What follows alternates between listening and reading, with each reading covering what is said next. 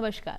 दूरदर्शन की खास प्रस्तुति जिसका नाम है भेड़ारी बाता में आप सभी दर्शकों का स्वागत है। भेड़ारी बाता एक ऐसा कार्यक्रम जो कि हमारे भेड़ पालक भाइयों को, हमारे पशुपालक भाइयों को उनसे तमाम जुड़ी जो जानकारी हैं उनसे रूबरू करवाता है, जो कि उनके लिए जानना बेहद ज़रूरी है। आज भी हमारे कार्यक्रम का विषय यही है कि भेड़ों में आवास प्रबंधन और अनुकूलन, इसके बारे में विस्तार से जानकारी देने के लिए आज हमारे साथ में स्टूडियो में मौजूद हैं डॉक्टर रणजीत सिंह कोदारा। आप वैज्ञानिक हैं CSWRI काविका नगर टोंक से। रणजीत जी, आपका कार्यक्रम में बहुत बहुत स्वागत है। नमस्कार मैम। जैसा कि हम बात कर रहे हैं भेड़ारी बाता, भेड़ों से संबंधित जानकारी हम हमारे भेड़ पालक भाइयों को देते हैं, तो आपसे सबसे पहले यही जानना चाहेंगे कि हमारा आज का विषय है कि भेड़ों में आवास प्रबंधन। तो भेड़ों में आवास प्रबंधन एक उचित व्यवस्था किस प्रकार से होनी चाहिए, आप हमारे पशुपालक भाइयों को बताएं। मैम, बदलते परिवेश में आवास की आवश्यकता क्यों होती है, हम इस विषय पे चर्चा करेंगे। सबसे पहली बात है कि आवास के क्यों होना चाहिए। तो पहली बात हम कि एक तो जो मौसमी परिस्थितियां हैं, जो अविशेष परिस्थितियां हैं, जैसे गर्म हवाएं, ठंडी हवाएं, अतिवृष्टि, ओलावृष्टि, इन चीज़ों से हमें जानवरों को बचाना ज़रूरी है। इन चीज़ों से हम जानवरों को नहीं बचाएंगे तो जानवर बीमार हो सकते हैं, और अगर जानवर बीमार हो जाते हैं तो पशुपालकों को एक बड़ा लॉस हो सकता है। तो पहली चीज़ तो ये होगी कि हम इन परिस्थितियों से, जैसे हम मानव में अपना घर बनाते हैं, हम इन चीज़ों से बचते हैं, वैसे ही हमें अपने पशुओं को बचाने की ज़रूरत है। दूसरा इशू में इसमें यह है कि भेड़ एक बहुत ही साधारण सा जानवर है, तो वो क्या करता है कि कोई भी अगर उस पर अटैक करता है तो जनरली सामने से कुछ नहीं करता। तो हमें भेड़ों को जंगली जानवरों से, आवारा कुत्तों से और जंगली पक्षियों से बचाने के लिए हमें एक अच्छा आवास होने की आवश्यकता है, क्योंकि एक अच्छा आवास होता है 24 घंटे तो आप जानवरों की देखभाल नहीं कर सकते। तो इसके लिए क्या करना होता है कि हमें एक अच्छा आवास देंगे, वो प्रोटेक्टेड हो, ताकि हम जानवरों को बचा सके। तीसरा चीज़ है मैम, आज के टाइम में हर आदमी चाहता है कि जो हमारा सूक्ष्म वातावरण है, यानी भेड़ों के आवास के अंदर का जो वातावरण है, वो वातावरण अच्छा होना चाहिए। उस अच्छे वातावरण का मतलब क्या है कि अंदर का तापमान, अंदर की आर्द्रता, वो एक कंफर्टेबल कंडीशन में होती है। तो भेड़ों के उत्पादन पे, रिप्रोडक्शन पे, इन पे सब पे अच्छा इफेक्ट जाता है। यानी हम अगर अच्छा वातावरण, अच्छा घर भेड़ों को प्रोवाइड करवाएंगे तो हमें क्या है कि हमें अच्छी उत्पादकता भेड़ों की मिलेगी। तो इन सभी चीज़ों को, चौथा क्या है, एक प्रबंधन आसान हो जाता है कि जैसे चलो ठीक है, आप बहुत कम भेड़ रख रहे हैं लेकिन आप हजारों की संख्या में भेड़ रख रहे हैं, तो उस कंडीशन में हमें क्या होता है कि जानवरों को अलग अलग कैटेगरी वाइज बांटना होता है। छोटे जानवरों को अलग रखना है, बड़े जानवरों को अलग रखना होता है, मेल को अलग रखना है, मादाओं को अलग रखना है, ज्ञाबिन जानवरों को अलग रखना होता है। तो आवास से हमें क्या होता है, उनका प्रबंधन बहुत आसान हो जाता है। और कई बार क्या होता है कि जब बहुत बड़ा फ्लॉक होता है तो कुछ जानवर बीमार हो जाते हैं, तो हमें पहली हमारी आवश्यकता है कि उन जानवरों को हमें स्वस्थ पशुओं से अलग किया जाए। तो अलग करने के पास हमारे लिए बाड़ा भी होना चाहिए भेड़ों के लिए, बीमार जानवरों का अलग से बाड़ा होता है। तो इन सभी चीज़ों से आवास का एक अपना अलग महत्व है। जी, जिस तरह से एक मानव जाति के लिए आवास बहुत महत्वपूर्ण है, ठीक उसी प्रकार से अगर हम बात करें कि कोई भी अगर पशु होता है कि उसके लिए भी आवास उतना ही इम्पोर्टेंस है। जैसे कि आपने बताया कि खाने की जो बाड़ा होता है वो एक अलग होना चाहिए, जो स्वस्थ पशु हैं उनके लिए अलग व्यवस्था होनी चाहिए। बात करें हम कि भेड़ों की शेड की, तो रणजीत जी, भेड़ों की शेड की जो दिशा होती है वो किस प्रकार से निर्धारित करनी चाहिए? मैम, दिशा का एक बहुत अलग महत्व है, क्योंकि मेन चीज़ ये है कि हमें उस दिशा से क्या फ़ायदा होता है कि भेड़ों के आवास में सूर्य का प्रकाश एक बार दिन में ज़रूर आना चाहिए। क्योंकि अंदर से क्या होता है, सूर्य के प्रकाश में इतनी ताकत होती है कि वो अंदर के माइक्रो ऑर्गेनिज्म जो बीमारी पैदा कर सकते हैं वो उन कीटाणुओं को मारने में सक्षम होती है। तो हमें, जैसे खासकर अब मरुस्थल प्रदेश की बात करें तो इस प्रदेश में या बाकी जगह की बात करें तो हमारा जो लॉन्ग एक्सिस होती है घर बनाने की, यानी जो लंबी दूरी होती है, वो हमेशा पूर्व और पश्चिम दिशा में रखनी चाहिए। उसका पूर्व पश्चिम दिशा में रखने से फ़ायदा क्या होता है कि आपको दिन में एक बार प्रकाश आएगा, और पूरे दिन भी प्रकाश नहीं आना चाहिए, क्योंकि पूरे दिन प्रकाश आएगा तो भेड़ों को क्या है, तापमान उनका अंदर का तापमान है वो ज़्यादा बढ़ जाएगा। तो उस कंडीशन में हमें यही करना चाहिए कि उसकी लॉन्ग एक्सिस है वो अपनी पूर्व और पश्चिम दिशा में हो, तथा घर का मुंह कोशिश करनी चाहिए कि दक्षिणी मुखी हो, क्योंकि दक्षिणी मुखी घर होने से क्या होगा कि आपको दिन में एक बार प्रकाश आएगा। जी, क्योंकि सूर्य का प्रकाश बेहद ज़रूरी है, बहुत सारे जर्म्स, बहुत सारे कीटाणु खत्म होते हैं, एक ऊर्जा मिलती है। तो सूर्य के प्रकाश के लिए आपने व्यवस्था बताई कि पूर्व व पश्चिम में होनी चाहिए, ताकि सुबह का सूरज भी उनको मिल सके और शाम का जो जाता हुआ सूरज का प्रकाश है वो भी मिल सके। एक वेंटिलेशन की व्यवस्था बहुत अच्छी सी होती है। अगर हम बात करें रणजीत जी कि ना, एक तो रखा जाता है पशु को अलग व्यवस्था के अकॉर्डिंग, एक रखा जाता है समूह के साथ में, तो समूह के साथ में रखने से क्या फ़ायदा होता है? मैम, भेड़ क्या है कि एक सामाजिक जानवर है जी। इसलिए भेड़ को समूह में रखना जरूरी होता है, क्योंकि अगर उसको हम समूह में नहीं रखेंगे तो उसका क्या है कि एक नेचर होती है कि वो अकेला जानवर क्या होता है, उसको हमेशा डर फील होता है, डर लगेगा। चाहे हम एकदम अच्छा आवास उसको प्रोवाइड करवा रहे हैं, उसके आसपास कोई भी जंगली जानवर नहीं हो, कुछ भी नहीं हो, लेकिन उस कंडीशन में क्या है कि अगर अकेला रख देंगे तो वो जानवर पूरे दिन क्या है अपनी आवाज़ करता रहेगा और जानवर खाने पीने में भी अपना पूरा मन नहीं लगाएगा। इसलिए इनको अपने को ग्रुप में रखने की आवश्यकता है। दूसरा क्या है कि ग्रुप में रखने से हमारा खर्चा भी कम हो जाता है, क्योंकि हम ग्रुप में रखेंगे तो एक इंडिविजुअल जानवर का मैनेजमेंट करने की बजाय हम इन जानवरों का ग्रुप में मैनेजमेंट कर सकते हैं जी। और एक साइकोसोशियोलॉजी जो होती है कि जानवर अपने आप को क्या फील करता है कि अच्छा फील करता है, और वो जरूरी है, जानवर के लिए भी जरूरी है। जैसे हमारे मानव के लिए होता है कि हम अगर मेंटली डिस्टर्ब है तो हम अच्छे से काम नहीं कर पाते, वैसे ही भेड़ें अगर मेंटली डिस्टर्ब होगी कि उसको अकेला छोड़ दिया तो उसको डर लगेगा, तो उत्पादन क्षमता पे वो डायरेक्टली इनडायरेक्टली प्रभाव डालता है जी। अकेले में रहेगा तो उसका स्वभाव थोड़ा सा चिड़चिड़ा टाइप का रहेगा, अगर वो सबके साथ में समूह में रहेगा तो वो मानसिक और शारीरिक रूप से स्वस्थ रहेगा और सबके साथ में खेलेगा कूदेगा, तो एक जो फिजिकल अगर हम बात करते हैं तो अच्छा रहता है। अगर हम बात करें कि जहाँ भेड़ें रहती हैं वहाँ पे जल निकासी की व्यवस्था रखी जाती है हमेशा, ऐसा क्यों? मैम, अगर भेड़ों के आवास में जल का ये है कि डेफिनेटली यूरिन भी होता है, दूसरा पानी जो हम पिलाते हैं वो भी होता है। अगर वो जल निकासी की प्रक्रिया नहीं होती है तो क्या है कि भेड़ के आवास के अंदर कीचड़ पैदा हो जाता है, और वो कीचड़ अल्टीमेट क्या करता है, बीमारी का कारण बनता है। क्योंकि भेड़ की ऊन होती है, वो अगर बैठेगी तो वहाँ से ऊन गिल्ली होती है, वो कीचड़ लगता है तो उनमें वुंड होने का भी चांस रहता है, जो घाव हो जाता है, और कुछ बैक्टीरिया भी फैलते हैं। तो हमें कोशिश ये करनी है कि जितना हम साफ सुथरा रखेंगे उतना साफ सुथरा रखने से ही क्या है कि हम बीमारी को रोक सकते हैं। इसलिए हमें साफ सुथरा रखना चाहिए। पानी की निकासी अच्छी तरह से होनी चाहिए। पानी की निकासी के लिए हमें ये करना चाहिए कि भाई जो प्लेन है फर्श, उसमें फर्श में स्लोपिंग सिस्टम होना चाहिए, क्योंकि अगर स्लोप नहीं करेंगे तो पानी रुकेगा। तो हमारा जो फर्श बन रहा है उसमें हमें कोशिश ये करनी चाहिए कि 1/40 मतलब 40 फीट में 1 इंच का स्लोप होना चाहिए, ताकि आपका पानी ऑटोमेटिक चला जाएगा और ड्रेन हो जाएगा जी। यानी कि स्वच्छता का पूरा ध्यान रखा जाता है। अक्सर रणजीत जी सुनने में आता है कि पर्यावरण नियंत्रित आवास, और भेड़ों के लिए अगर हम बात करें तो ये आवास की व्यवस्था किस प्रकार से होती है और इसके क्या लाभ हैं? पर्यावरण नियंत्रित आवास की वैसे तो आवश्यकता में उन क्षेत्रों में होती है जहाँ पर वेदर कंडीशन बहुत एक्सट्रीम होती है। जैसे मान लो ये है कि -40 डिग्री 24 RC टेम्परेचर रह रहा है, या मान लो बारिश हो रही है, ठीक है। तो उस कंडीशन में क्या होता है कि हमें जो एक ऑप्टिमम बेड के लिए टेम्परेचर, आर्द्रता कितनी रखनी चाहिए, वेंटिलेशन कितना रखना चाहिए, उन चीज़ों को मेंटेन करने के लिए हम क्या करते हैं कि वो एक एनवायरमेंटली कंट्रोल्ड, यानी हम बाहर से उसको कंट्रोल कर देते हैं कि उसके अंदर का जो तापमान है वो इतना फिक्स रखेंगे, उसके अंदर की आर्द्रता है वो इतनी फिक्स रखेंगे, और उसके अंदर का वेंटिलेशन है उतना फिक्स रखेंगे, यानी बाहर के वातावरण से उसका कंप्लीट कट ऑफ हो जाता है। तो ये उन ठंडे प्रदेशों में और जिन प्रदेशों में बहुत ज़्यादा टेम्परेचर लो रहता है वहाँ पर इस आवास की आवश्यकता है। ये थोड़ा सा कॉस्टली पड़ता है, बट ये जानवर का उत्पादन में बढ़ाने में सहायक होता है मैम जी।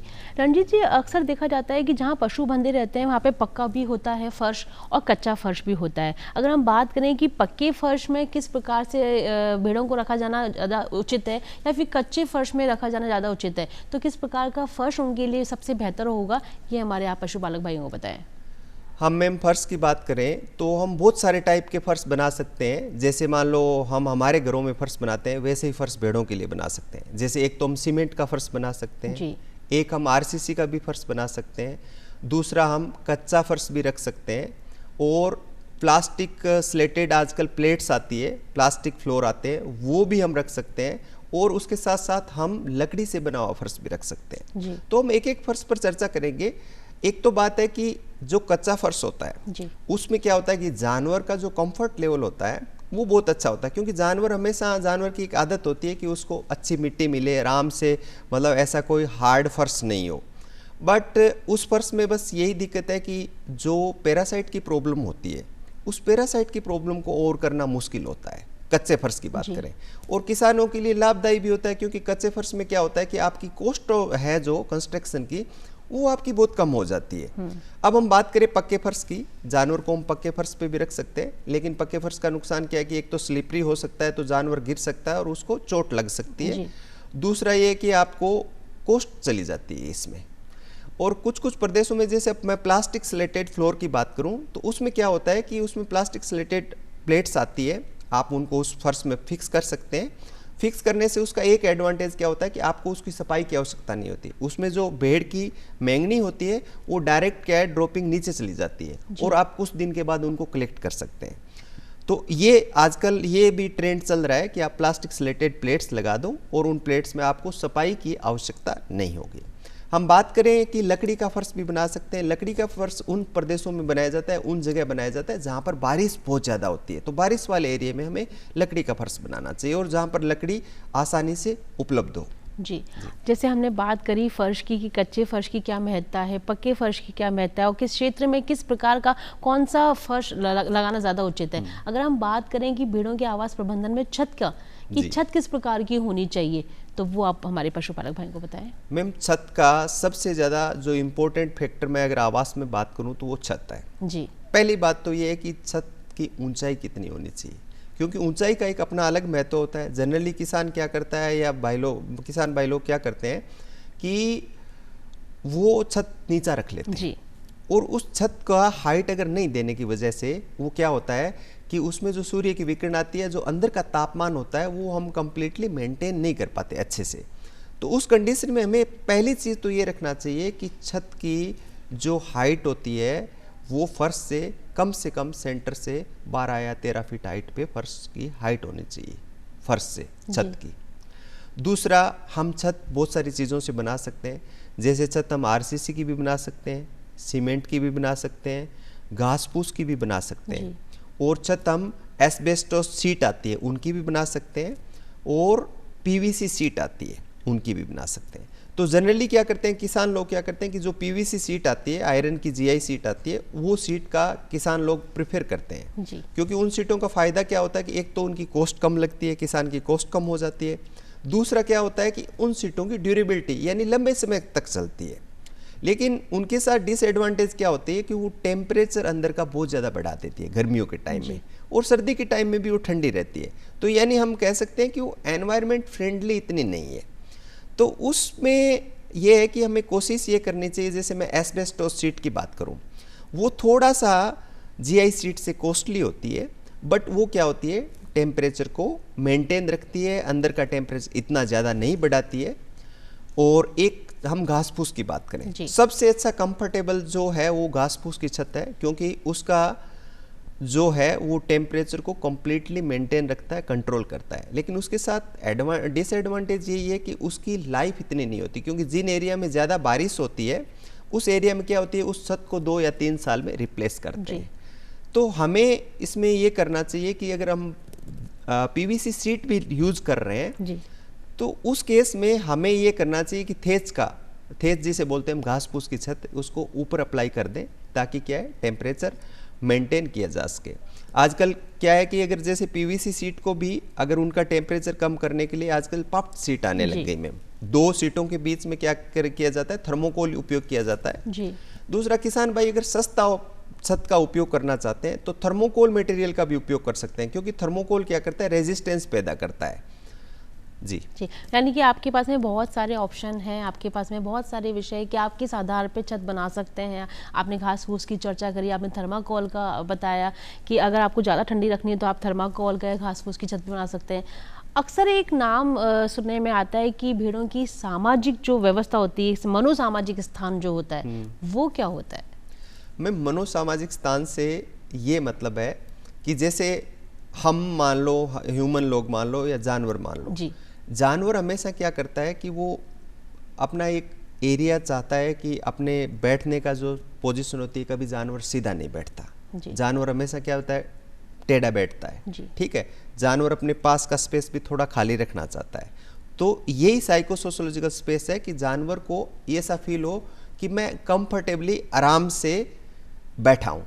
जैसे मतलब हमें एक बेड पे एक आदमी सो रहा है तो बहुत आराम से फैल के सोता है, लेकिन उसी बेड पे अगर 3 आदमी सो रहे हैं तो वो क्या होते हैं, सीधे स्ट्रेट सोते हैं। ये जानवर की दशा है कि जानवर हमेशा चाहता है कि मुझे ऐसा वातावरण मिले कि मैं आराम से कंफर्टेबली बैठा रहूं, और उस स्थिति में उसका क्या मेंटली एक पीस फील करता है जानवर। कभी ये फील नहीं करता कि मुझे बांधा गया है, वो बांधने वाली फीलिंग नहीं आती। जी ये हमने बात करी कि आवास प्रबंधन की, हम बात कर रहे हैं कि छत किस प्रकार से हो, फर्श किस प्रकार से हो, है ना। अक्सर हम बात करते हैं कि जो नवजात जो मेमना होता है, ठीक है, जब वो ऐसे में जन्म लेता है तो उसके आसपास का वातावरण किस प्रकार से होना चाहिए, क्या किन बातों का आसपास के क्षेत्र में ध्यान रखना चाहिए, उसकी आवास प्रबंधन की व्यवस्था किस प्रकार से होनी चाहिए, ये आप जी मैम। एक्चुअली नवजात मेमनों के लिए हमें विशेष ध्यान रखने की ज़रूरत है मैम, स्पेशली पहले 15 दिन तक। तो हमें वैसा ही करना चाहिए कि जैसे भेड़ अगर ब्याने वाली हो तो उसको पहले 72 घंटे मतलब 2 या 3 दिन पहले लेके चले जाइए, और उसके बाद आपको क्या करना है कि जब बच्चा पैदा हो जाता है तो उसकी अलग से देखभाल करनी है माँ के साथ। माँ के साथ देखभाल करने के बाद क्या होता है कि बच्चों में जनरली एक प्रवृत्ति क्या होती है, मिट्टी खाने की प्रवृत्ति होती है। तो हमेशा हमें क्या करना चाहिए कि बच्चों को हमें पक्के फर्श पे रखना चाहिए। 15 या 20 दिन हम अगर पक्के फर्श पे बच्चों को रखेंगे तो क्या है, जो मिट्टी वाली समस्या हो जाएगी, कम हो जाएगी। दूसरा क्या होता है, बच्चे थोड़ा सा सर्दी के प्रति ज़्यादा सेंसिटिव होते हैं। तो हमें जब बच्चे अगर सर्दी में पैदा होते हैं तो हमें उस टाइम माँ के साथ उनको हीटर की या लाइटिंग की ऐसी व्यवस्था करनी चाहिए ताकि वो जो एरिया है वो गर्म रहे, और गर्म रहने से उनमें क्या है, जो न्यूमोनिया की समस्या आती है वो कम हो जाती है। तो ये हमें विशेष ध्यान रखना चाहिए, मिट्टी का और ठंड का मैम। जी, और जैसे कि अभी सर्दियां आने वाली हैं, बात करें कि सर्दी शुरू भी हो चुकी है, और ऐसे में जब नवजात मेमना जन्म लेता है तो उसमें क्या सावधानियों का ध्यान रखना चाहिए? मैम उसमें सबसे पहली चीज़ तो ये हमें ध्यान रखना चाहिए कि बच्चा पैदा होते ही हमें जो माँ का पहला दूध होता है वो हमें आधे घंटे के भीतर भीतर खिला देना चाहिए। लेकिन किसान भाइयों में गलत भ्रांति क्या होती है कि जब तक जेर प्लेसेंटा नहीं गिरता है तब तक हमें दूध नहीं पिलाना है। उनका ये मानना होता है कि प्लेसेंटा जब तक नहीं गिरेगा, अगर पहले दूध पिला दिया तो बाद में जानवर का प्लेसेंटा या जेर गिरेगी नहीं। लेकिन इसका कोई संबंध नहीं है दूध के साथ, क्योंकि बच्चे का क्या होता है, आंत होती है वो बहुत एक्टिव होती है पहले आधे घंटे में, और जो माँ का पहला दूध होता है जिसे हम खीस बोलते हैं या कोलेस्ट्रम बोलते हैं, उसमें इतने एंटीबॉडीज होते हैं कि वो जानवर को, बच्चे को प्रोटेक्ट करने के लिए यूज होती है। अगर हमने उसको क्या है कि अगर 2 या 3 घंटों में जैसे दूध नहीं पिलाया वो कोलेस्ट्रम, तो उसके जो आंत के छेद होते हैं वो क्या हो जाते हैं, बच्चे के बंद हो जाते हैं। तो जो एंटीबॉडी बच्चे को मिलनी चाहिए थी बहुत आवश्यकता में, वो एंटीबॉडी क्या हो जाता है, बच्चे को कम मिलती है, और उससे बच्चा क्या होता है, बीमारी के प्रति सेंसिटिव हो जाता है। एक तो ये चीज़ करना चाहिए। दूसरा में क्या करना चाहिए कि बच्चे का जो नावल कॉर्ड होता है उसको हमें कट करना चाहिए, क्योंकि जो बच्चों में इन्फेक्शन फैलता है वो इन्फेक्शन नावल के थ्रू फैलता है। तो वो बच्चा पैदा होने के घंटे 2 घंटे के बाद उसको आयोडीन में डुबोना चाहिए और कट कर देना चाहिए और उसको बांध देना चाहिए। जी तो ये तो हमने बात करी विशेष तौर पे कि नवजात मेमने के लिए। अगर हम बात करें कि सर्दियों में भेड़ों की आवास प्रबंधन व्यवस्था किस प्रकार से होनी चाहिए? जी मैम, आवास सर्दियों में हमें एक विशेष ध्यान रखने की आवश्यकता है, क्योंकि जहाँ सर्द ऋतु होती है वहाँ पर टेम्परेचर रात को काफ़ी नीचे चला जाता है, और ये एक स्वाभाविक है कि अगर तापमान नीचे चला जाएगा तो जानवरों के बीमार होने की संभावना रहती है। खासकर सर्दियों के मौसम में न्यूमोनिया बहुत ज़्यादा होता है। तो हमें रात को क्या करने की आवश्यकता होती है कि जो जानवरों का घर होता है उस जानवरों के घर के बाहर हमें जैसे पर्दे लगाने की ज़रूरत होती है, क्योंकि वो डायरेक्ट हवा का आदान प्रदान नहीं होगा तो अंदर का तापमान बना रहेगा। अगर कहीं पर बहुत ज़्यादा ठंड वाला एरिया है और मान लो ये है कि फिर भी नहीं रुक रहा, तो उस कंडीशन में हमें हीटर यूज़ करने की भी आवश्यकता होती है। जैसे हम नवजात मेमनों के लिए 1-2 घंटे हीटर यूज़ करते हैं, वैसे हीटर यूज़ करने की आवश्यकता होती है। तीसरा, हम खाने की बात करें तो हमेशा सर्दियों के मौसम में जानवरों को उच्च ऊर्जा वाली डाइट देने की आवश्यकता होती है, क्योंकि उच्च ऊर्जा वाली डाइट होती है तो जानवर को सर्दी से बचाती है। और एक क्या होता है कि हमें जैसे ठंडा चारा या हरा चारा उस टाइम हमें जानवरों को नहीं देना चाहिए ठंडे में, मतलब रात को नहीं देना चाहिए। और पानी जो जानवरों को होता है वो ठंडा पानी नहीं देना चाहिए, गर्म पानी जो ल्यूकवार्म वाटर बोलते हैं, पानी दिन में 3 या 4-5 बार हमने को रिप्लेस करने की ज़रूरत है सर्दियों में। ये विशेष बातें ध्यान रखने की ज़रूरत है, क्योंकि ये छोटी छोटी बातें लगती है, लेकिन एक बात है कि पूरी रात अगर पानी ठंडा रहा और हमने जानवरों को सुबह निकाला, अगर वो जानवरों ने पानी पी लिया इतना ठंडा पानी, तो मान के चलिए जानवर बीमार होगा ही होगा।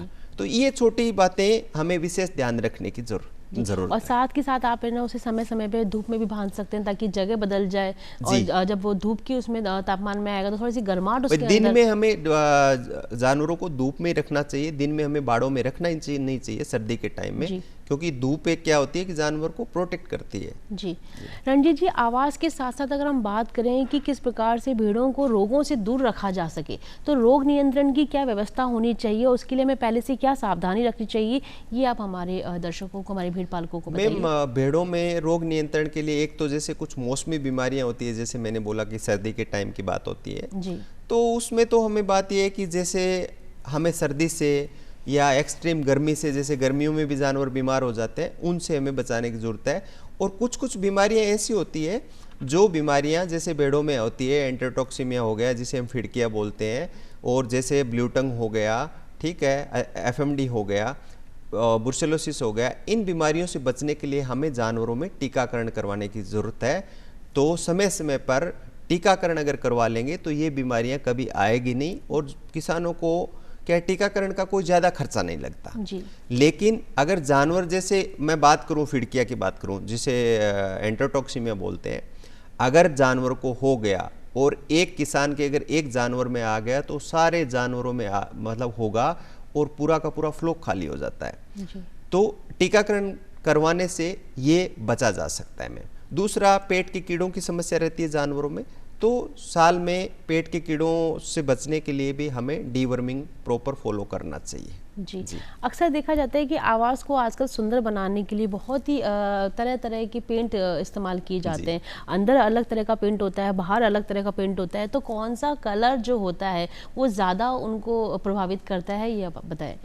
पेंट का कलर का में विशेष महत्व है, और वो खासकर हम छत की बात करें उस परिप्रेक्ष्य में उसका बहुत महत्व है।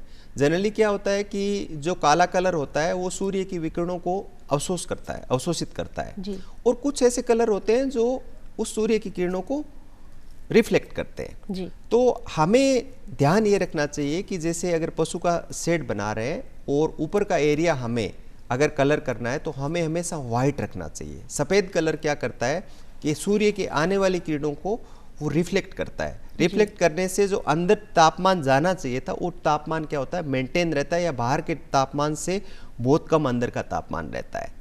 और हम बात करें कि भेड़ों के इसका रूफ का अंदर का कलर कैसा होना चाहिए जी। तो ये उसका कंप्लीटली एकदम अलग है, अंदर का कलर ब्लैक होना चाहिए। अब हम काले की बात करें, काला क्यों होना चाहिए कि अगर जानवर बैठा रहता है उससे खुद से एनर्जी या हीट जनरेट होती है, उस ऊष्मा को अवशोषित करने के लिए अगर रूफ का कलर काला होगा तो क्या करेगा, फर्श से उस ऊष्मा को अवशोषित करेगा। इसलिए अंदर का काला और बाहर का सफ़ेद होना चाहिए ताकि हम तापमान उस कलर से भी मेंटेन कर सकते हैं जी। बिल्कुल, ताकि उसका बड़ा प्रभाव पड़ता है उनके वातावरण पे। अगर हम बात करें कि सर्दियों में किस प्रकार का है ना खान पान होना चाहिए, है ना, क्योंकि गर्मियों में खान पान अलग रहता है और सर्दियों में खान पान अलग होता है। अब सर्दियाँ शुरू हो गई हैं तो सर्दियों में भेड़ों का खान पान किस प्रकार से होना चाहिए, कौन कौन सी चीज़ें उन्हें दी जानी चाहिए ताकि जो उनकी दूध का जो उत्पादन है वो अधिक हो सके। मैम, जैसे खान पान की हमने पहले भी बात की, खान पान में सर्दियों में हमें थोड़ी जानवरों को क्या होती है कि अपने बॉडी को बैलेंस करने, मेंटेन करने के लिए, टेम्परेचर से मेंटेन करने के लिए, ठंड से मेंटेन करने के लिए ज़्यादा ऊर्जा की आवश्यकता होती है। तो जानवर क्या करता है, वो ऊर्जा ज़्यादा खपत करता है उस चीज़ में। तो हमें उसमें क्या करना चाहिए कि ज़्यादा प्रोटीन और ज़्यादा ऊर्जा वाला जानवर को फीड देना चाहिए, ताकि जानवर क्या होता है कि उसका जो नुकसान हो रहा था एनर्जी बचाने में, ठंड से बचाने में, उस एनर्जी की पूर्ति हम करेंगे तो जानवर की उत्पादकता बढ़ी रहेगी। और ख़ासकर हमें जैसे मैम एक ये भी करना चाहिए कि भेड़ों को या बकरियों को सर्दी के मौसम में हमें तेल पिलाना चाहिए। तेल पिलाने से क्या होता है, जानवर को, क्योंकि तेल में ऊर्जा बहुत होती है, वसा होती है, उससे जानवर को एनर्जी मिलती है और जानवर का जो आउटर स्किन कवर है, जो मतलब बाहर का, वो बहुत अच्छा हो जाता है और जानवर के वजन बढ़ने में उसमें सहायता मिलती है। जी रणजीत जी, आप एक वैज्ञानिक हैं, आपके एक अच्छा अनुभव है, तो आप अपने अनुभव के आधार पर हमारे जो भेड़ पालक हैं उनको किस प्रकार का संदेश देना चाहते हैं कि वो किन किन ऐसी सावधानियों का ध्यान रखें जो कि उनकी भेड़ों के लिए बेहद आवश्यक हो और बेहद महत्वपूर्ण हो? मैं ये संदेश देना चाहूँगा कि पहले भेड़ें हमारे अलग तरीके से पाली जाती थी। हम भेड़ों को क्या करते थे कि खुले एरिया में ले जाते थे, उनको वहीं रखते थे, हमारे पास बड़े बड़े चारागाह होते थे। लेकिन अब परिस्थितियाँ बदल गई है। अब हमें आवश्यकता क्या है कि भेड़ों को घर में पालने की आवश्यकता है, जैसे हम गाय और भैंस को पालते हैं। और अगर हमें घर में पालने की आवश्यकता है तो हमें भेड़ों के लिए घर भी बनाना होगा और हमें उचित चारा खिलाने की भी आवश्यकता है, क्योंकि जनरली किसानों में यह अवधारणा रहती है कि भेड़ और बकरी को हमें राशन देने की आवश्यकता थोड़ी है, लेकिन राशन की तो आवश्यकता है। जैसे हम भैंस में देते हैं, गाय में देते हैं, वैसे ही हमें राशन देने की आवश्यकता है। तीसरा, अभी क्या है, बदलते परिवेश में मौसमी बीमारियां आती है या अन्य बीमारियों का प्रकोप भी बहुत ज़्यादा हो रहा है, तो हमें उचित पशु चिकित्सक से सलाह लेके हमें टीकाकरण जरूर कराना चाहिए। और हमारी सरकार, राजस्थान सरकार हो या केंद्र सरकार हो, टीकाकरण किसानों के लिए पशुओं में फ्री ऑफ कॉस्ट अवेलेबल है, यानी बिना कॉस्ट के आपको हॉस्पिटल में टीकाकरण हो जाता है जानवरों का। पहले तो सरकार की तरफ से ये था कि 2 रुपये लिया जाता था, आज के दिन आपका सिंगल रुपीज़ भी नहीं लगेगा। आप हॉस्पिटल जाइए, टीकाकरण करवाइए, ताकि भेड़ों में कुछ ही बीमारियां आती है, उन बीमारियों से अगर हमने टीकाकरण करवा लिया तो मान के चलिए आप उसमें बीमारियां बिल्कुल नहीं आएगी। जी बिल्कुल। टीकाकरण की जैसे कि आपने बात करी, तो कौन कौन से टीके हैं जो कि बेहद महत्वपूर्ण होते हैं? हम टीकाकरण की अगर बात करें तो एक तो जैसे मैंने बात की मैम, एंट्रोटॉक्सिमिया ईटी का टीका लगता है, वो बहुत जरूरी है भेड़ों में, क्योंकि ईटी की बीमारी आती है। दूसरा FMD जो खुरपका मुंह पका रोग है, जैसे गाय और भैंसों में ज्यादा फैलता है, वो बीमारी भी इनमें आती है, तो वो भी हमें करवाना चाहिए। तीसरा हम बात करें तो PPR का टीका हो गया, और चौथा टीका है जो ब्लू टंग का टीका भी आजकल अवेलेबल है, वो टीका भी हमें भेड़ों में लगाना चाहिए। जी रणजीत जी, आप हमारे कार्यक्रम में आए और आपने हमारे भेड़ पालकों को इतनी अच्छी जानकारियों से अवगत कराया, उसके लिए आपका बहुत बहुत धन्यवाद। धन्यवाद मैम। और आपसे फिर होगी मुलाकात इस खास प्रस्तुति के साथ में, एक नए विषय के साथ में। हमें दीजिए इजाज़त। नमस्कार। धन्यवाद।